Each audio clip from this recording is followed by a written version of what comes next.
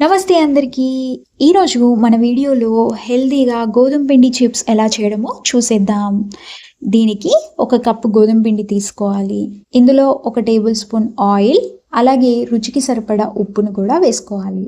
ఇందులోనే ఒక స్పూన్ వామును తీసుకొని ఇలా నలుపుకొని వేసుకుంటే మన చిప్స్ అనేవి టేస్టీగా వస్తాయి.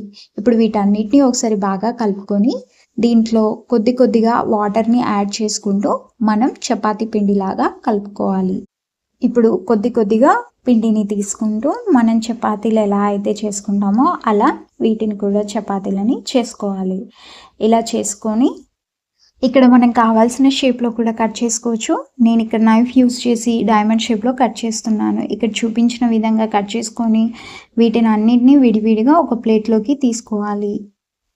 ఇప్పుడు స్టవ్ పైన కడాయి పెట్టి అందులో డీప్ ఫ్రైకి సరిపడా ఆయిల్ వేసి వేడి చేసుకోవాలి. ఇప్పుడు ఇందులో కట్ చేసి పెట్టుకున్న డైమండ్ పీసెస్ని విడివిడిగా వేస్తూ మీడియం టు లో ఫ్లేమ్లో వేయించుకోవాలి. ఇది హై ఫ్లేమ్లో వేయించుకుంటే చిప్స్ అనేవి మాడిపోయి లోపల కుక్ అవ్వవు. సో అందుకే మీడియం ఫ్లేమ్లోనే వేయించుకోవాలి.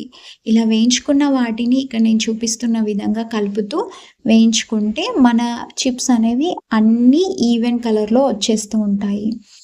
ఇప్పుడు వేయించుకున్న వాటిని ఒక ప్లేట్లోకి తీసుకొని సర్వ్ చేసుకుంటే ఎంతో టేస్టీగా ఉండే మన గోధుమ పిండి చిప్స్ రెడీ.